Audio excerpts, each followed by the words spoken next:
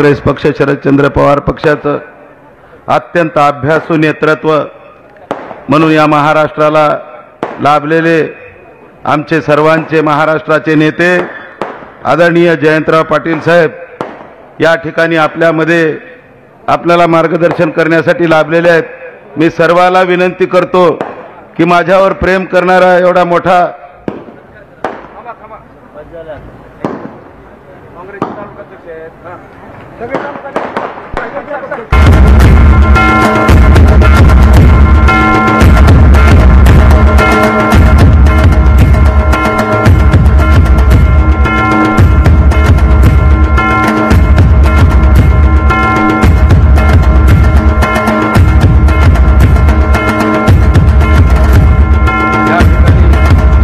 उपस्थित असलेले आमचे ज्येष्ठ नेते आमचे मार्गदर्शक बसवराज पाटील साहेब, शिवाजीराव मुळे सर, शिवसेनेचे आमचे नेते आमचे बालाजी भाऊ रेड्डी साहेब, आमचे जिल्ह्याचे अध्यक्ष, माझे सर्व मार्गदर्शक आदरणीय संजय भाऊ शेटे, आमचे धोंडेराम पाटील, नेमीचंद पाटील, या ठिकाणी उपस्थित असलेले जिल्ह्याचे सर्व पदाधिकारी, तालुक्याचे अध्यक्ष नेमीचंद पाटील, शहराचे अध्यक्ष बसवराज काळे, या ठिकाणी उपस्थित असलेले आमचे कल्याण पाटील, आमच्या सर्वांच्या लाडक्या नेत्या आदरणीय शिलाताई पाटील, प्रीतीताई भोसले, या ठिकाणी उपस्थित असलेले शिवसेनेचे तालुका अध्यक्ष चंद्रकांत टंगेटोल, मुक्तेश्वर पाटील, काँग्रेसचे अध्यक्ष मारुती पांडे, ज्ञानेश्वर पाटील, आमचे नगरसेवक तरुण मित्र महेश दुळशेटे, नितीन दुळशेटे, या ठिकाणी उपस्थित असलेले आमचे संग्राम नामवाड,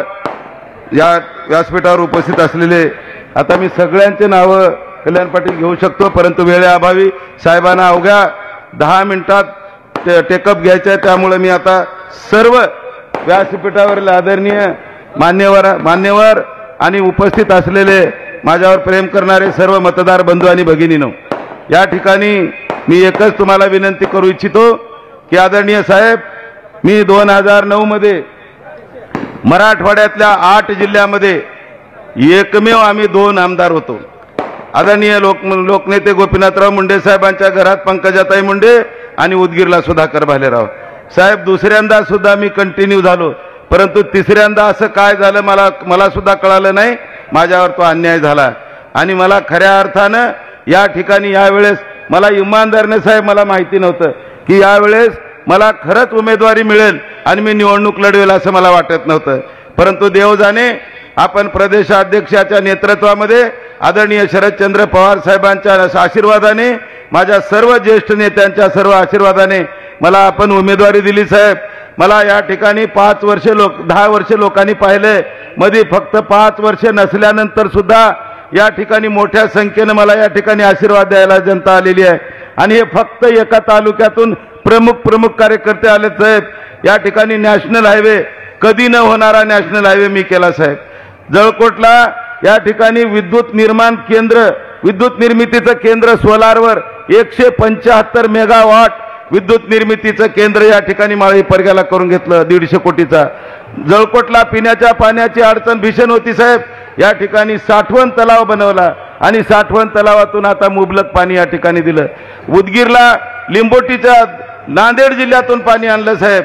एवढे मोठे कामं करून सुद्धा या ठिकाणी आमचा जो स्पर्धक आहे, या ठिकाणी जो आमचा आमदार म्हणून या ठिकाणी आता काम केलं आणि 2दा मंत्री झाला साहेब। आपल्या काळात एकदा राज्यमंत्री आणि एकदा कॅबिनेट मंत्री, तर या महाशयानी या ठिकाणी जेवढी कामं माझ्या काळात झाली साहेब, इमानदारीनं त्या ठिकाणी सगळे तो खोटं पत्रक काढून लोकांना सांगतो मी केलोय म्हणून मी या ठिकाणी माझ्या जनतेला एवढंच विश्वासात घेऊन सांगू इच्छितो, त्यांनी जे पत्रक काढले ते पत्रक जनता यायला लागलेली आहे। सर्वांचं मी मनापासून स्वागत करतो, परंतु या ठिकाणी माझ्या जळकोट तालुक्यातील उदगीर मतदारसंघातील सर्व नागरिक बंधू भगिनींना मी सांगू इच्छितो, माझ्या काळात जी कामं झाली तीच कामं जर झाली माझ्या काळातली नसतील तर या ठिकाणी आताच्या मंत्री म्हणून राहिलेल्या महोदयांनी सांगावं की सुधाकर भालेरावला सुद्धा त्याच्या आईवडिलांनी जन्म दिलाय आणि ह्या बी बाबाला त्याच्या आईवडिलांनी जन्म दिलाय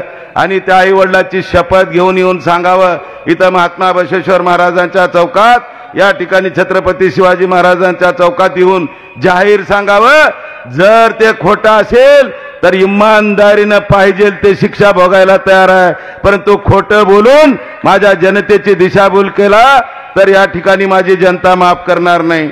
या ठिकाणी मला विश्वास आहे की येणाऱ्या काळामध्ये MIDC सारखा प्रोजेक्ट होणं आवश्यक आहे साहेब। आपलं महाविकास आघाडीचं सरकार आल्यानंतर आपल्या नेतृत्वामध्ये महाराष्ट्रामध्ये या ठिकाणी मला विकास कामासाठी MIDCची अत्यंत आवश्यकता आहे। या ठिकाणी वेगवेगळ्या दृष्टिकोनातून निराधाराला आधार मिळणाऱ्या योजना गेल्या 5 वर्षामध्ये एक सुद्धा कोणाला पैसा मिळाला नाही, परंतु माझ्या काळामध्ये 12,000 लोकांना निराधारांना या ठिकाणी मी त्या ठिकाणी योजना लागू केली। ज्या ज्या गोष्टी शेतकऱ्यासाठी साहेब 10 वर्ष मी आमदार असताना कधी शेतकऱ्याला रस्त्यावर उतरू दिलं नाही। शेतकऱ्याची नुकसान भरपाई असेल, सुका दुष्काळ असेल की ओला दुष्काळ असेल, 100% तुम्हाला मी त्या ठिकाणी भरपाई करण्याचं काम केलं। परंतु या भाद्रानी 5 वर्ष त्या ठिकाणी आमदारकीमध्ये मंत्रीपद भोगला, परंतु एका तरी शेतकऱ्याला पीक विमा मिळाला का? मिळाला असेल तर सांगा, मिळाला का नाही? जरा सांगा, साहेबांना कळू द्या, मिळाला का नाही? साहेब अशा पद्धतीने शेतकऱ्याच्या डोक्यावरचं लोणी खाल्ला। शेतकऱ्याच्या लोणी खाण्याचं काम कशा पद्धतीने केलं? पीक विमा कंपनीकडनं पीक विमा कंपनीला 1100 कोटी रुपये सरकारने शेतकऱ्याच्या माध्यमातून 1 रुपयाच्या माध्यमातून भरले गेले। 1100 कोटी रुपयाचा घोटाळा केलाय साहेब, 1100 कोटीचा। आणि साहेब तुमच्या आशीर्वादाने तिरू नदीवर 7 बॅरेजेस, मी 10 बॅरेजेसची मागणी केली होती, आपणच ते मंजूर केलेले आहेत। मला आठवतंय आपली सही आहे त्याच्यावर साहेब, त्याच्यामध्ये 150 कोटीचा घोटाळा आहे। आणि तो घोटाळा असा केला यांनी की दुरुस्तीच्या नावाखाली ते इस्टिमेट बनवून घेतलं। अत्यंत अधिकाऱ्याला शातीर दिमागानं काम केलं साहेब। 50 शेतकऱ्याचा सुद्धा तिथं फायदा होईना। मी 95 लाखामध्ये ज्या नदीवर तिरू नदीवर मी पाणी पिऊन मोठा झालो, ज्या तिरू नदीवर मी पोहायला शिकलो, त्याच नदीच्या किनाऱ्यावर माझं लाळी गाव आहे। आणि त्या नदीवर ह्या भाद्रानी 95 लाखात जिथं 2.5 किलोमीटर पाणी थांबवू शकला सुधाकर भालेराव, आणि यांनी 136 कोटी 16 लाख रुपये त्या ठिकाणी मंजूर करून साहेब तुमच्याकडून घेतला। आणि पुन्हा नंतर मला असं समजलं की पुन्हा काहीतरी 50 कोटी रुपये वाढीव, असं जवळपास 150 का 1.25 मला ते आकडा आता तुम्हालाच बाहेर काढावा लागणार आहे। नंतर काही लोक कोर्टात गेल्यात साहेब। एवढा मोठा घोटाळा आमचे आदरणीय जिल्ह्याचे नेते आदरणीय दिलीपराव देशमुख साहेब, आदरणीय अमित भैया देशमुख साहेब काल आले होते पवार साहेबांच्या बैठकीत। त्यांनी सांगितलं की महाराष्ट्रामध्ये 288 आमदारांपैकी जर सर्वात मोठा घोटाळा आणि भ्रष्टाचार कुठं झाला असेल तर ते उदगीर जळकोट मतदारसंघामध्ये केलेला आहे। आणि एवढा मोठा घोटाळा करून आता साहेब त्याच्या पायाखालची माती घसरलेली आहे साहेब।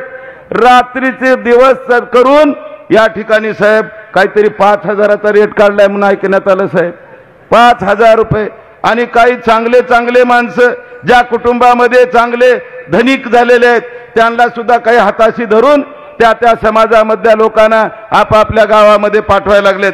इमानदारीने सांगतो, माझ्या आयुष्यात साहेब मी राजकारणामध्ये आल्यानंतर एक शपथ मी सगळ्या माझ्या मतदारसंघात घेतली होती, जर मला तुम्ही आमदार केलात आणि जर तुमच्या विकासाचा 1 रुपयाचा जरी भ्रष्टाचार केला तर माझ्या मरणोत्तर कफनाचा टिळा होईल, अशी शपथ घेऊन तुमची 10 वर्ष सेवा केला। आणि साहेब तुम्हाला मी विश्वासाने सांगू इच्छितो, ही माझी जनता भक्त सुधाकर भालेरावर आणि आदरणीय शरद पवार साहेबांवर, आदरणीय जयंत पाटील साहेब आपल्या नेतृत्वावर विश्वास ठेवून या ठिकाणी मोठी संख्या या ठिकाणी जमलेली आहे। आतापर्यंतच्या जेवढ्या मी निवडणुका लढवला एवढ्या कधी संख्येने जळकोटला कोणी एवढे जमले होते का? सांगा जमले होते का कधीतरी? आज एवढ्या मोठ्या ताकदीने तुम्ही मला आशीर्वाद द्यायला लागलाय।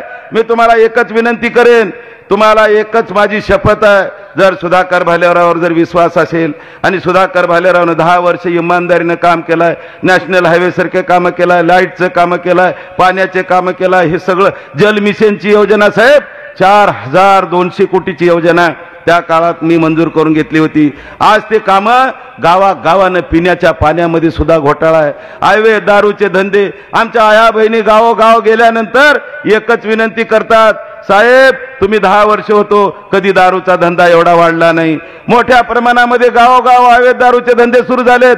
आमचे 30-30 वर्षाचे 25 वर्षाचे लेकरं दारूच्या व्यसनाला बळी पडून त्यांचं गावाच्या बाहेर तिरडी जायची वेळ आली आहे। कितीतरी लोकांनी, काल एकाने तर म्हटलं एका गावात 20 मुलं 25-25 वर्षाची मेलेत, 10-10 वर्षाच्या पोराला दारू पाजण्याचं पाप या ठिकाणी या 5 वर्षात झालेलं आहे साहेब। हे जर मापदंड जर तुम्हाला सरळ करायचा असेल आणि उदगीर आणि जळकोट मतदारसंघामध्ये सुजलाम सुफलाम दिवस आणायचे असतील तर इमानदारीने तुम्हाला मी सांगतो, या ठिकाणी किती जरी काय पैसे वाटायचा प्रयत्न केला, ह्याच्या बापाच्या घरचं सोयाबीन इकून दिला नाही। याला इथं लातूरचं पार्सल लातूरला पाठवायचं असेल, उद्या जर सुधाकर भालेराव जर मेला तर त्याची अंत्यविधी तुमच्या तालुक्यात होणार आहे, आणि जर त्यानं जर मेला तर त्याची अंत्यविधी कुठे होणार आहे बघा। मला उदगीरचा आणि जळकोटचा सर्वांगीण विकास हाच सुधाकर भालेरावचा ध्यास राहणार आहे। म्हणून तुम्हाला मी अधिक वेळ घेणार नाही, मला आणखीन तुम्हाला बोलायचं आहे, आणखीन तुम्ही मला भरभरून आशीर्वाद देणार आहे ह्याच्यात शंका नाही। परंतु आदरणीय साहेबांना एकच विश्वास द्या, जयंत पाटील साहेब मोठ्या हिमतीनं या ठिकाणी त्यांना वेळ नव्हता तरी सुद्धा साहेबाला म्हटलं, साहेब माझा जळकोट तालुका अत्यंत दुर्गम तालुका आहे आणि ह्या दुर्गम भागातील या जनतेला तुम्हाला विश्वास द्यावा लागेल। सुधाकर भालेरावला पुढच्या पिरियडमध्ये जेवढे माझ्यावर अन्याय झालेत त्या अन्यायाला तुम्हाला मला वाचा फोडून मला तुम्हाला न्याय द्यावा लागेल, आणि तुम्ही माझ्या जनतेला वचन दिलं पाहिजे, तुम्ही काहीही करा परंतु तुम्हाला जळकोटला यावं लागेल। साहेब मला तुम्ही वेळ दिलात त्याबद्दल मी एवढं तुमचं अंतःकरणपूर्वक या ठिकाणी आभार व्यक्त करतो। आणि साहेबांना तुम्ही विश्वास द्या, सुधाकर भालेरावला जर तुम्ही मतदान रूपी माझं नाव मतदानाच्या दिवशी 20 तारखेला मतदान आहे, मतदानाच्या मशीनवर माझं नाव 2 नंबरवर आहे, वरून 2 नंबरवर सुधाकर संग्राम भालेराव, त्या ठिकाणी समोर माझी ब्लॅक अँड व्हाईटची फोटो आहे आणि त्याच्या समोर तुतारी वाजवणारा माणूस हे चिन्ह आहे, आणि 2 नंबरच्या बटनच्या समोरील तुतारी वाजवणारा चिन्हाच्या समोरील जर बटन दाबून मला मोठ्या प्रमाणात आशीर्वाद तर तुम्ही देणार आहे। परंतु साहेबाला सांगा की साहेब या ठिकाणी आमच्या सुधाकर भालेरावला आम्ही भरघोस मताने निवडून देणार आहे, परंतु या ठिकाणी तुम्ही नुसतं एवढेच बसून निवडून देणार आहोत हे जरी खरे असलं तर मला फक्त 14 दिवस अगोदर उमेदवारी मिळाली आहे, मला जरा फिरायला वेळ कमी मिळाला आहे, तुमचं गावागावात दर्शन घ्यायला थोडासा प्रचारामध्ये वेळ कमी मिळाला आहे। मी हात जोडून तुमच्या चरणावर मी नतमस्तक होणार आहे। जिथं जिथं मी कमी पडला असेल तिथं तुम्ही मला आशीर्वाद देण्यासाठी माझे आई वडील भाऊ बहीण नातेवाईक मित्र समजून मला आशीर्वाद द्या, आणि जिथं जिथं फोनवर कनेक्टिव्हिटी करता येईल आपल्या मतदारसंघातल्या सर्व जनतेला नागरिकाला नातेवाईकाला मित्राला एकच सांगा, मला जर तुम्ही आशीर्वाद देणार आहे तर हाच आशीर्वाद तुम्ही दुसऱ्याकडे सुद्धा फोन करून मागा, आणि मला आशीर्वाद देत असताना मला आज 2 हात वरी करून सांगा की सुधाकर भालेराव तुम्हाला आम्ही 100% आशीर्वाद देणार आहोत। या ठिकाणी मी म्हणेन रामकृष्ण हरी, तुम्ही म्हणा 2 हात वरी करून वाजवा तुतारी, जोरात कळू द्या जरा जळकोटला आणि उदगीर मतदारसंघाला, रामकृष्ण हरी, रामकृष्ण हरी, रामकृष्ण हरी।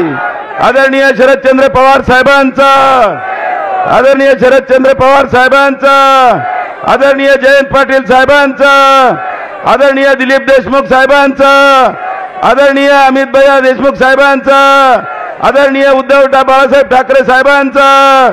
धन्यवाद।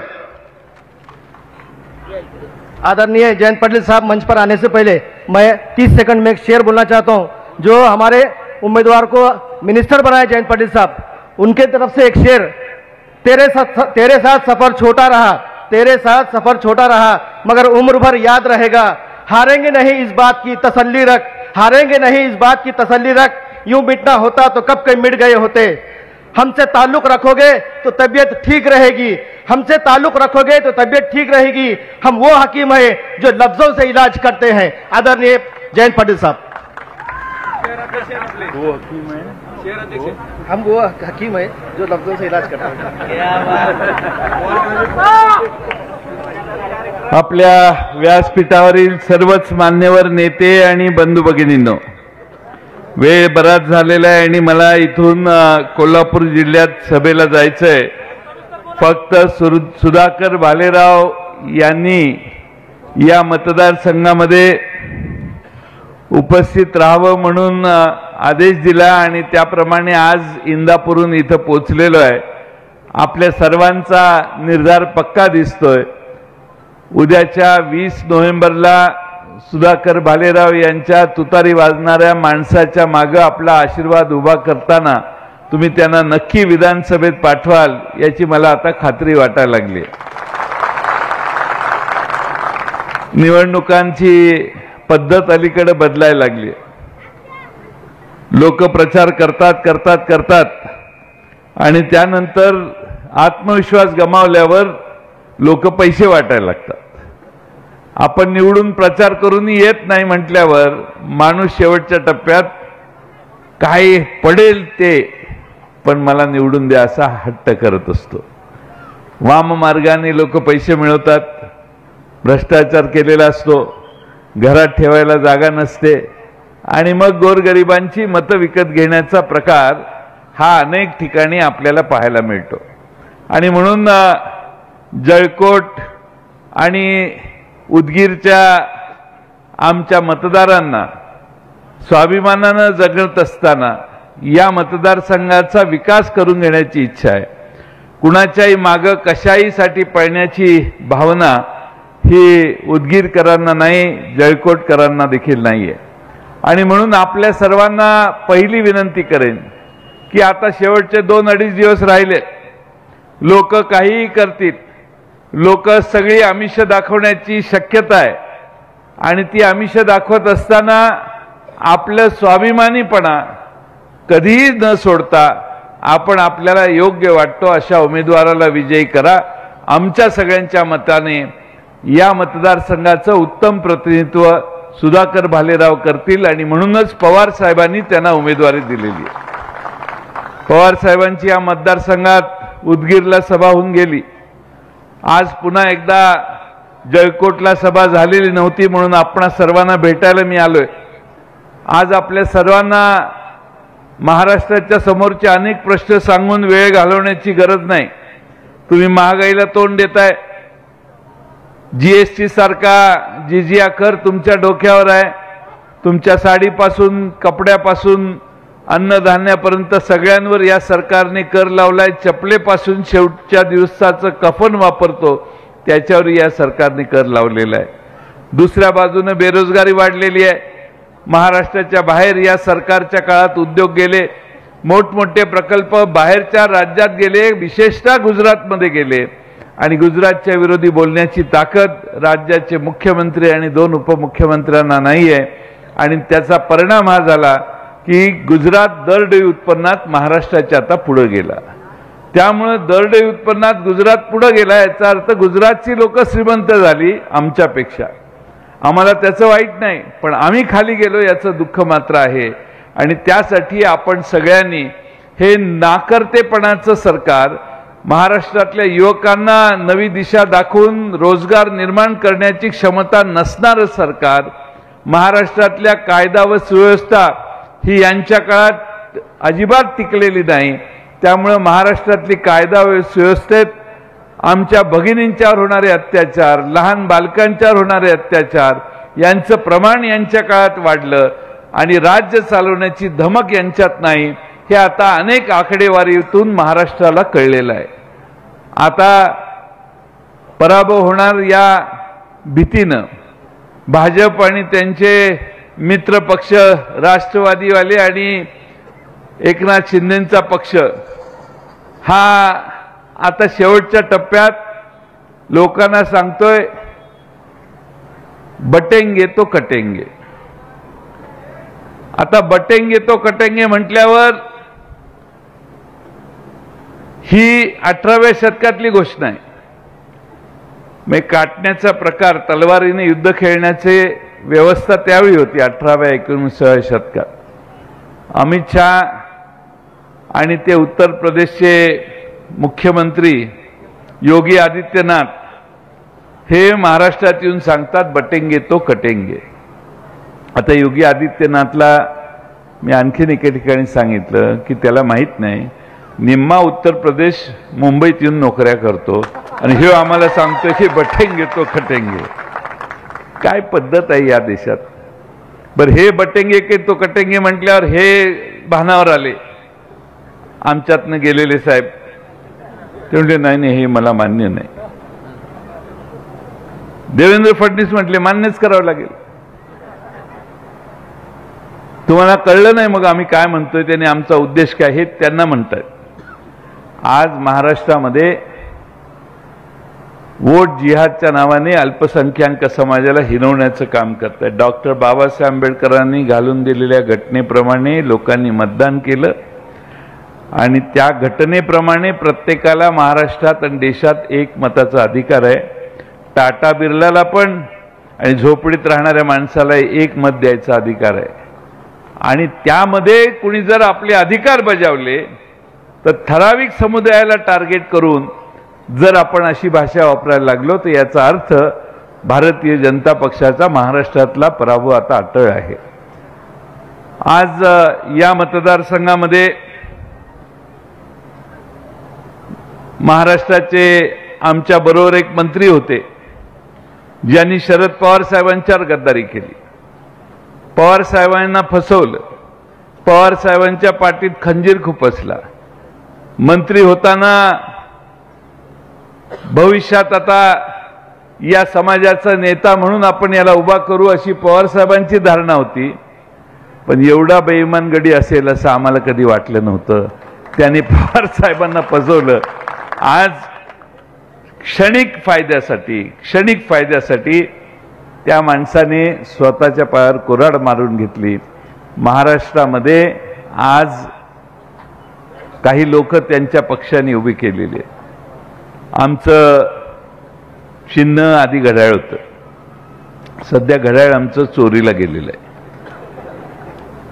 त्यामुळे चोरीला गेल्यावर त्यांना कोर्टाने सांगितले की खाली लिहा की हे न्यायप्रविष्ट आहे. मगाशी मी इंदापूरला गेलेलो, बोर्ड लावलाय घड्याळ आहे पण खाली न्यायप्रविष्ट लिहिलेलं नाही. कोर्टाने सांगितलेलं आहे की तुमचं हे घड्याळ तुमच्याकडे राहणार की नाही हे नंतर ठरेल, सध्या तुम्ही खाली लिहा न्यायप्रविष्ट आहे. अशा न्यायप्रविष्ट प्रकरणामध्ये जनता त्यांच्या बाजूला मतदान करेल असं मला वाटत नाही. पण जेव्हापासून तुतारी पवार साहेबांनी हातात घेतलेली आहे, तुतारी वाजवणारा माणूस आमचं चिन्ह झालंय, तेव्हापासून महाराष्ट्रभर तुतारीचं स्वागत होतंय. आणि महाराष्ट्रातल्या जनतेनं आता निर्धार पक्का केलेला आहे की पुन्हा एकदा या 84 वर्षाच्या योद्ध्याच्या मागे आपण सगळे उभं राहू आणि महाराष्ट्रामध्ये शाहू फुले आंबेडकरांचं सरकार आणण्यासाठी शरद पवार साहेब असतील, उद्धव ठाकरे साहेब असतील आणि काँग्रेसचे आमचे सगळे नेते असतील, त्यांच्या पुढाकारानं बहुजन समाजाचं राज्य महाराष्ट्रात आणू. एका बाजूला भारतीय जनता पक्षाचे अमित शहा सांगतात की देवेंद्र फडणवीस महाराष्ट्राचे मुख्यमंत्री होणार. दुसऱ्या बाजूने काही लोक सांगतात की अमके होणार तमके होणार. अचानक देवेंद्र फडणवीस यांनी काल परवा म्हटल्यात आता मी थांबतो म्हणून. मी पुन्हा येईन म्हणणारे देवेंद्र फडणवीस आता म्हणायला लागलेत की मी आता ह्याच्यातनं माघार घेतो. माघार फक्त 2 दिवसासाठी आहे. निवडून आल्यावर जर त्यांची मेजॉरिटी झाली तर देवेंद्र फडणवीसांनाच मुख्यमंत्री ते करतील. कारण अमित शहाने एकदा 2दा 3 वेळा सांगितलेलं आहे की आमचं भारतीय जनता पक्षाचं नेतृत्व देवेंद्र फडणवीस करतील. त्यामुळे आपल्याला चॉईस आहे. एका बाजूला देवेंद्र फडणवीसांना मुख्यमंत्री करायचं का दुसऱ्या बाजूने महाविकास आघाडीच्या शाहू फुले आंबेडकरांचा विचार मानणाऱ्या माणसाला मुख्यमंत्री करायचं, याचाही निर्णय सुधाकर भालेरावांना मतदान करताना तुम्ही सगळ्यांनी करायचा आहे. आपल्या सर्वांना बरेच प्रश्न सांगून मी जास्त वेळ घेणार नाही, पण सुधाकर भालेराव यांना विधानसभेचा 10 वर्षाचा चांगला अनुभव आहे. अनेक पद्धतीनं त्यांनी संघटनेत चांगलं काम केलेलं आहे. आपल्या प्रश्नांची जाण आहे आणि त्यांनी सांगितलं की मी इथं राहणार आहे, माझा शेवटी याच मातीत होणार आहे, त्यामुळं मी तुमच्या मातीत मिसळलेला कार्यकर्ता आहे, तुमच्या बरोबरचा कार्यकर्ता आहे आणि त्यामुळं तुम्हाला कधी अंतर देणार नाही.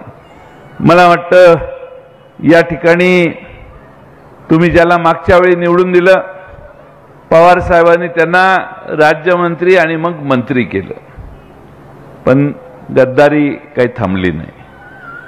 जयकोटला तिरू नदीवर बॅरेजेससाठी 7 बॅरेजेससाठी त्यावेळी बराच मोठा निधी मंजूर केलेला मी. तिरू नदीवरील बॅरेजेसची व्यवस्था माझ्याच सहीनं झाली. आता श्रेय दुसरं कोणी घेत असेल तर तुम्ही ओळखून घ्या, पण तिरू नदीवरचे बॅरेजेस मंजूर करण्याचं काम जलसंपदा मंत्री म्हणून मी केलेलं आहे. बहुतेक सगळे कामं आमचं सरकार असताना या मतदारसंघात झालेली आहेत. आता शेवटी काम मंजूर आज झाल्यावर उद्या सकाळी उभं राहत नाही, ते हळूहळू पुढे जात असतं. त्यामुळे जेवढी कामं सध्या उद्घाटित होत आहेत ती सगळी ही आपलं सरकार असताना, काँग्रेस, राष्ट्रवादी आणि शिवसेनेचं सरकार असताना सुरू झालेली आहेत. आता श्रेय त्याचं दुसरं नवं सरकार घेत असेल तर भाव वेगळा. आज शेतकऱ्यांचे फार प्रश्न आहेत. सोयाबीनची परिस्थिती काय मी तुम्हाला सांगायची गरज नाही. ज्या भागामध्ये सोयाबीन उत्पादक शेतकरी आहेत ते एवढे प्रचंड संतापलेले आहेत की देवेंद्र फडणवीसांनी 13 साली मोर्चा काढला त्यावेळी त्यांनी सांगितलं की 6,000 रुपये सोयाबीनला मिळाले पाहिजे. मागच्या वेळी ज्यावेळी मोर्चा सत्तेत असताना ते म्हटले 6,000 रुपये मिळाले पाहिजे. आताही म्हणतायत 6,000 रुपये मिळाले पाहिजे.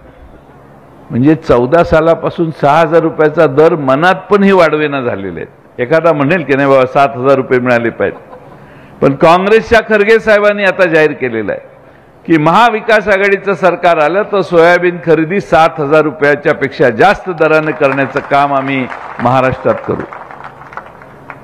आम्ही पंचसूत्री जाहीर केलेली आहे. त्या पंचसूत्रीत एक सूत्र आहे की महाराष्ट्रात पुन्हा सत्तेवर आल्यावर 19 साली आम्ही सत्तेवर आलो त्यावेळी आम्ही कर्जमाफी केलेली 2 लाखापर्यंतची. पण शेतकरी आजही मागच्या 2.5 वर्षात एवढा शेतकऱ्याला प्रश्न तयार केलेले आहेत, एवढी संकट शेतकऱ्यांवर आलेली आहेत.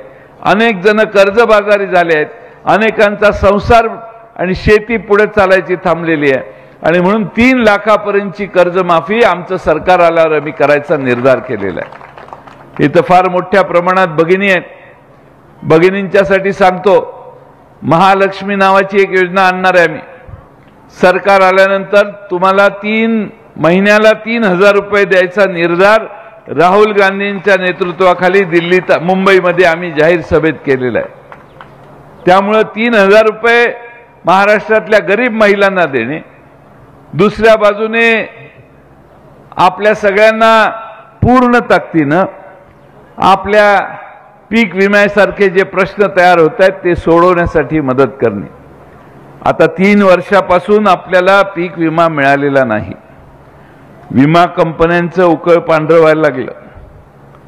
हे वरमधले सगळे दलाल विमा कंपन्यांना काम मिळवून देण्यात पुढाकार घेऊन पैसे घेणारे आहेत का काय अशी शंका महाराष्ट्रात निर्माण झाली आहे. आणि आम्ही विमा कंपन्यांच्याकडे हप्ते भरून, म्हणजे 1 रुपया हप्ता या सरकारनं जाहीर केलेला, हे भरून देखील आमच्या पदरात काहीही पडत नाही. 3 वर्ष या भागातल्या शेतकऱ्यांना विमा देण्याची दानत विमा कंपन्यांची झालेली नाही. आणि म्हणून आपल्या सगळ्यांना या शेतकऱ्याच्या दुरावस्थेवर आवाज उठवण्याचं काम करावं लागेल. काही किरकोळ 1,000-2,000 रुपये घेऊन आपलं मत देण्यापेक्षा तुमच्या कष्टाला चांगला दाम मिळायचा असेल तर महाविकास आघाडीचा विचार तुम्ही सगळ्यांनी स्वीकारा. मी तुम्हाला महाविकास आघाडीच्या वतीनं विनंती करतो आणि खात्री देतो की महाराष्ट्रातला कांदा उत्पादक, सोयाबीन उत्पादक, कापूस उत्पादक यांची प्रतारणा आमचं सरकार कधी करणार नाही. त्याच्या मागे ठामपणानं उभा राहील आणि तुम्हा सगळ्यांना आधार देईल. आमच्या सोयाबीनच्या किमती खाली गेल्या, पण उद्योगपतीच्या सोयाबीन पासून काढलेल्या तेलाच्या किमती 80 रुपयाच्या 180 रुपयावर गेल्या. त्यामुळे तुम्ही विचार करा, फायदा यांच्या राज्यात फक्त श्रीमंत वर्गाचा आहे आणि शेतकरी जो कष्ट करतो त्याच्या हातात पैसे देण्याची दानत या सरकारची नाही. आणि म्हणून माझी आपणा सगळ्यांना विनंती आहे की आपण या मतदारसंघात रस्त्याची दुर्दशा आहे, आरोग्य व्यवस्थेकडे दुर्लक्ष झालेलं आहे, जळकोट तालुक्याच्या विजेचा प्रश्न गंभीर आहे, तांडा रस्त्यांची कामं अनेक ठिकाणी प्रलंबित आहेत, या सगळ्यातनं आपल्याला न्याय मिळवायचा असेल तर सुधाकर भालेराव यांच्या मागे आपण सगळ्यांनी उभा राहा. आपल्या सगळ्यांना माझी विनंती आहे की ही लढाई विचारांची आहे. एका बाजूला जातीयवादी भारतीय जनता पक्षासारखी शक्ती आणि त्यांना सामील झालेले फितूर झालेले आमचे दोन एकनाथ शिंदे आणि अजित पवार यांचे पक्ष, आणि आम्ही या ठिकाणी शाहू फुले आंबेडकरांचा विचार घेऊन राहुल गांधींचं नेतृत्व असेल, उद्धव बाळासाहेब ठाकरेंचं नेतृत्व असेल किंवा आदरणीय पवार साहेबांचं नेतृत्व असेल, आम्ही या बाजूने महाराष्ट्रात जातीयवादी विचारशक्ती वाढणार नाहीत, त्यांना कटाक्षाने इथं थांबवण्याचं आम्ही काम करू या आत्मविश्वासाने आज लढतोय. आणि महाराष्ट्र नेहमी लढणाऱ्यांच्या मागे उभा राहतो.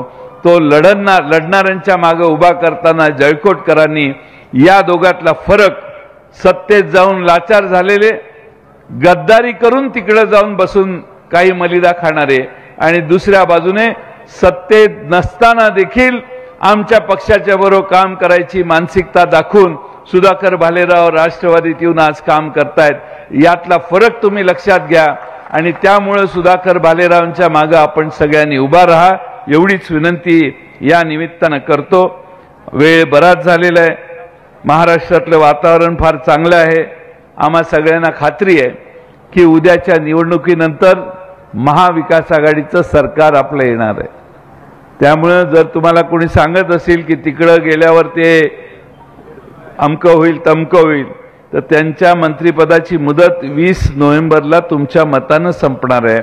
पण जळकोटकरांना, उदगीरकरांना हा विश्वास देतो की सुधाकर भालेरावांना देखील पवार साहेब एवढी ताकद देतील की तुम्हाला कुठेही कामाचा बॅकलॉग कधी सांगायची उसंत मिळणार नाही.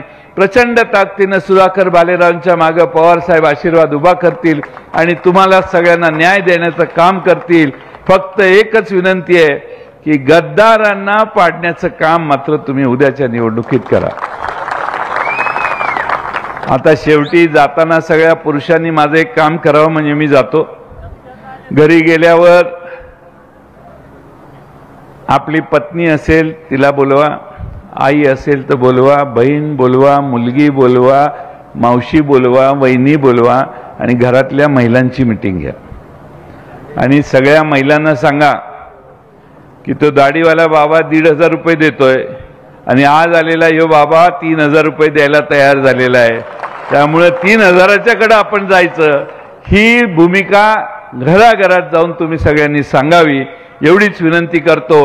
आणि सुधाकर भालेरावांच्या तुतारी वाजवणाऱ्या माणसाच्या चिन्हावर मतदान करा एवढी आग्रहानं कळकळीची विनंती करून पुढे जाण्यासाठी आपल्या सगळ्यांची रजा घेतो. धन्यवाद. या ठिकाणी काही मान्यवरांचा प्रवेश होतोय. कुठे चिठ्ठी चिठ्ठी द्यायची.